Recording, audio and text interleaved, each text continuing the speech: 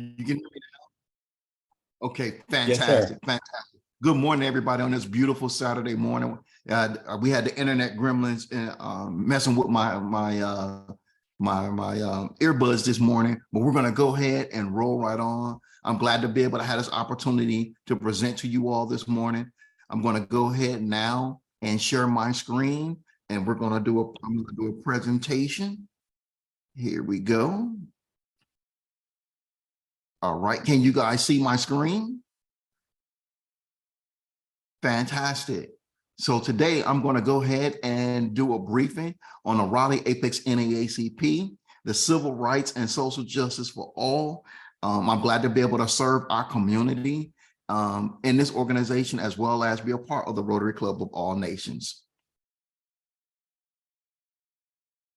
The mission of the NAACP is, our mission is to secure the political, educational, social, and economic equality of rights in order to eliminate race-based discrimination and ensure the health and well-beings of all persons. And I wanted to really emphasize that the end part of our mission is the health and well-being of all persons. Most people think that the NAACP is just strictly for Black people, but really is an organization that's welcoming to everyone.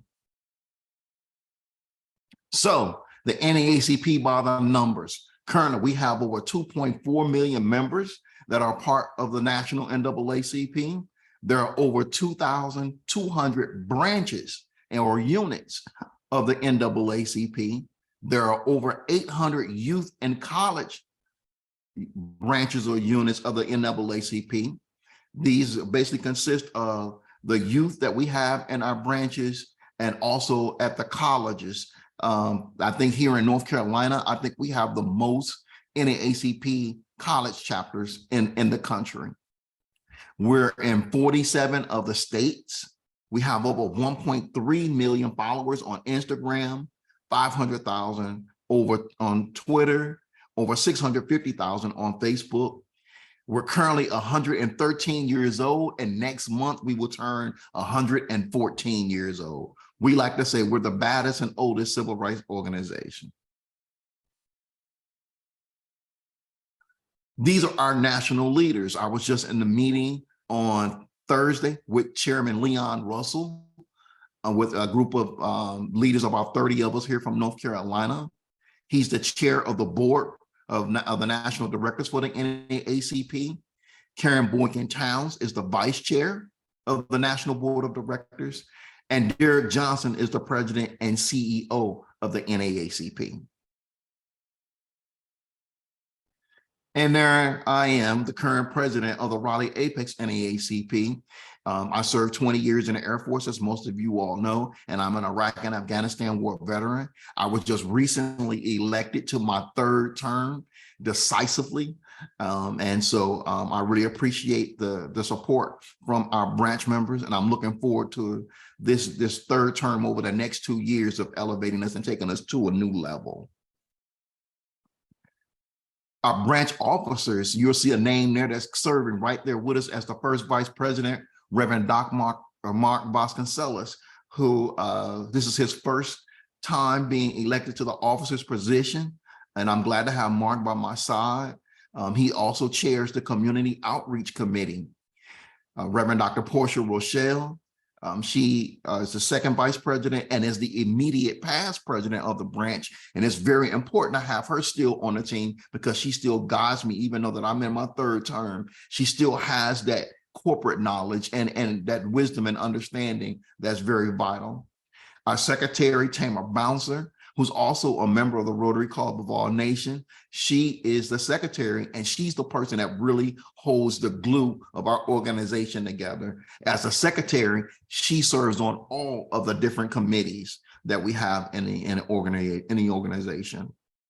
Vanessa Snellings is the Women in NAACP chair, as well as the assistant secretary. Richard Suggs is our treasurer, a bean counter who keeps everything together. And his assistant is Mr. Willie Sinclair, who's also a deacon of my church.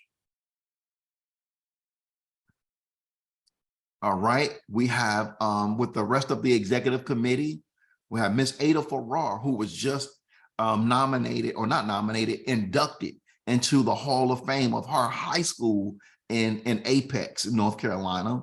Mr. Alphonse Williams, who's been a member of the NAACP for more than 30 years and also a veteran. He serves as the chair of the Armed Forces Committee. Cathel Brown, our membership chair. She's just done an outstanding job.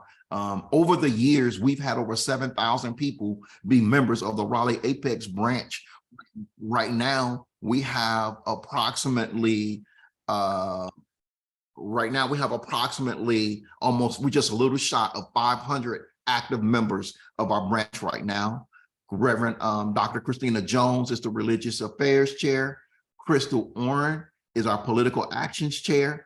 Dr. Chuck Chion, he's the Chair of Press and Publicity. Kayla Williams is the President of our Youth Branch. Mozetta Johnson, she's the Adult Advisor for the Youth Branch. And Tina Morris Anderson, she's the Chair of our AXO program. If you've ever seen folks like Lauren Hill, or if you've ever seen Anthony Anderson, I can go on and on, Jada Pinkett Smith, all of them got their start in the NAACP AXO program, which is a competition that takes place every year at the National NAACP convention. And one of my top recruiters in our branch, Miss Virginia Wall, a retired educator, one of the senior members of our branch. She's just instrumental in everything that we do. As a matter of fact, I'm working with her right now on a scholarship program with Strayer University.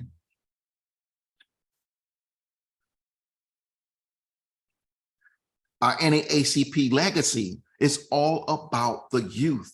It's about what they've done and what they're doing right now and preparing them for the future. Everything that we do now, it's about getting them ready for the things and the challenges that come ahead. And one of the best ways that we can invest in them is through scholarships. Right now, one of the local churches that we have here in the city of Raleigh have taken on the great challenge of helping us to raise scholarship funds every single year. And we truly appreciate their help with doing that. I think over the last 4 years, I believe we've given out more than 25 scholarships to graduating seniors of our youth branch.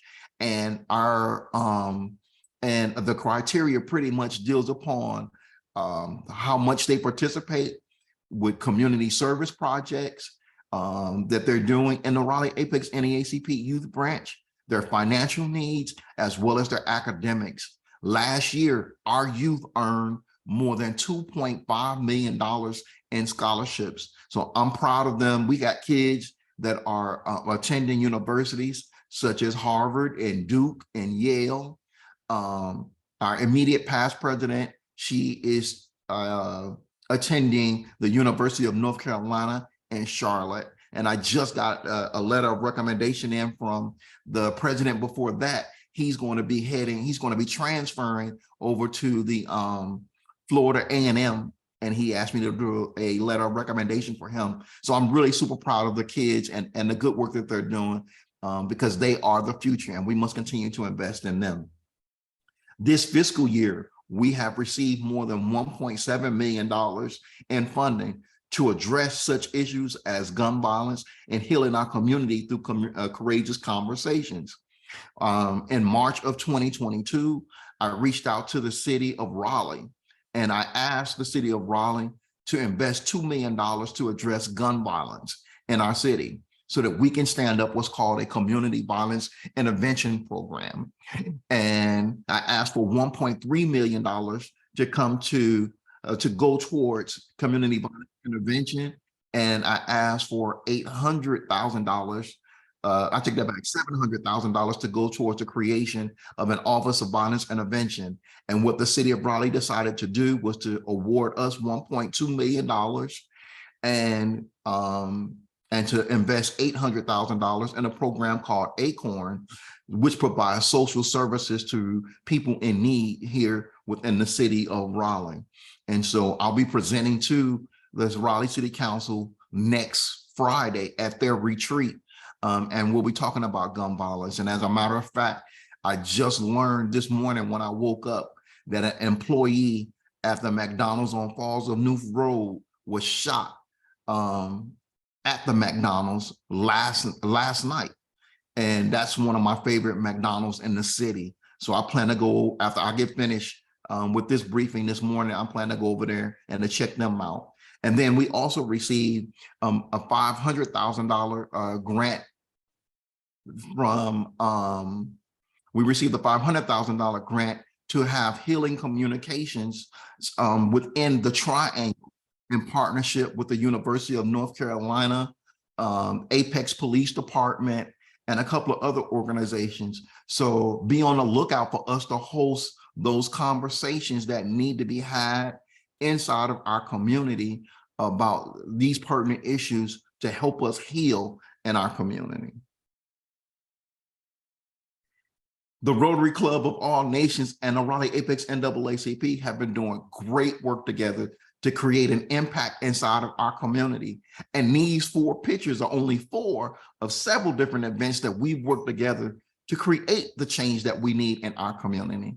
The picture on your top left is a picture of the gun buyback, which we had the first gun buyback in the city of Raleigh ever in partnership with the Raleigh Police Department and the city of Raleigh. We helped remove more than 300 guns off the street. And here's why that's significant. I just recently had a meeting with the Raleigh police chief, maybe like 3 or 4 days ago. And you might have saw that maybe about 2 weeks ago, the Raleigh police chief, she did a briefing. And in that briefing, she talked about there were more than 400 cars that were stolen in the city of Raleigh. And guess what, you guys? More than 400 guns were stolen out of those cars in the city of Raleigh. This is going to be one of the top issues that we're going to address over the next 2 years with messaging and encouraging firearm owners that if you have a firearm, to not leave your firearms in your vehicles overnight. So that's going to be one of the big things that we're going to address. The picture to your top right, that's a picture of us over. We were at one of the elementary schools, helping them get back to school and beautifying the interior as well as the exterior, where we went over and we did some yard work. We did some painting around the schools. We actually had to go into some of the classrooms and remove equipment and old materials and get those things sorted and boxed away. And so that was another great project that we did in partnership, not only with the Rotary Club of All Nations and the NAACP, but also with the organization called Activate Good. And full disclosure, I also serve on the board of directors of Activate Good as well, which will tie us to this third picture. Again, collaboration, the NAACP, Activate Good, Rotary Club of All Nations. We all got together and we hosted vaccine clinics and helped hundreds and thousands of people, and we helped save lives. With making sure that people had access to the COVID-19 vaccine. It was just awesome to be out there with our Rotary Club family. Some worked on the inside with helping and facilitating people to get their shots. And some of us worked on the outside and helping to make sure we kept the parking lot and the lines and the parking situation in an orderly fashion. And I truly appreciated the whole team effort that everyone put into this. And then you see Father Ken there on the bottom right there, when we all got together right before the holidays, and we went over and restocked the shelves at one of the local churches that has a food pantry where families can come over and get food for their children and for their families. And make sure that they don't go with an empty stomach during the holidays. And I think it was probably about 4 or 5 of us that went over and we joined Father Ken, and we helped get all of the food off the trucks and then get those things put onto shelves and get them all sorted and separated. So those are the type of projects that we can continue to do together through the NAACP and the Rotary Club of All Nations to make sure that we continue to have an impact and make a difference in our community together. And this right here is one of my favorite pictures. This was on June 6, 2020. And you see Mark and I walking together. They're holding the NAACP banner. And I want you all to take a look at that quote that's on that banner, because it's one of my favorite quotes from Reverend Dr. Martin Luther King Jr. The quote says, "Everybody can be great because anybody can serve." It's so simple and it's so true. And that's my whole message to you, as well as to our entire community, that anybody can be great because anybody can serve. And one of the quotes that I love is a quote from Vice President Harris. And it says here, there is no vaccine for racism. We've got to do the work for George Floyd, for Breonna Taylor, for the lives of too many others to name. We've got to do the work to fulfill the promise of equal justice under law, because none of us are free until all of us are free. And that's Vice President Harris. As you all know, I served in the United States Air Force, and my mentor, the person who I looked up throughout the 20 years that I served and continue to look up to this day, is Benjamin O. Davis Jr. And here's a simple quote from him that's always in my heart, mind, and soul every single day. "We weren't assigned, we were requested." It's a famous picture of General Davis that he's standing next to his aircraft that he had assigned to him as a Tuskegee Airman. And most people have like some type of quote where they write on their plane their wives, a nickname that they have for their wife, or the nickname that they have for their girlfriend. Well, General Davis, on his plane, he had "by request" on his plane. And the point of that was that he wanted us to know for all times that the Tuskegee Airmen just weren't assigned. The Tuskegee Airmen were requested during World War II. And I think that was a very important thing. And that's how I try to lead as a leader. I try to make sure that the NAACP is requested, and that we just don't show up when something happens. So, saying all that to say this, I hope I've inspired you to either join our branch, either renew with our branch, or either to upgrade your membership within our branch. We want you to join the fight with us for freedom and equality by becoming a member. And if you go, here are just some instructions. You can take a snapshot of that, or I can go ahead and leave these slides with Mark, and make sure that if you want to be able to come and join our branch, you can do it a couple of ways. You can go to our website and you can go ahead and join via the website, or either you can download the application and you can mail it in, which is what most people do. They download the application and they just mail it in to us to make sure that everything is good to go. And if you have any problems or anything, that's always our phone number there, 919-662-5006. I have that phone right now forwarded to my cell phone, and so we'll be able to go ahead and answer any questions that you may have. And if you choose to go ahead and join on the online, you can go ahead and you'll see where you go to Raleigh-Apex NAACP.org and select join. You will see the different little squares there with how much each one of those memberships cost, and you click on those little squares and it'll guide you through the process. Or you can go ahead and download the membership form, and you can go ahead and mail it in. And if you write a check, make sure your checks are payable to the Raleigh-Apex NAACP. And that concludes my briefing. I hope I inspired some of you to go ahead and to join the Raleigh-Apex NAACP.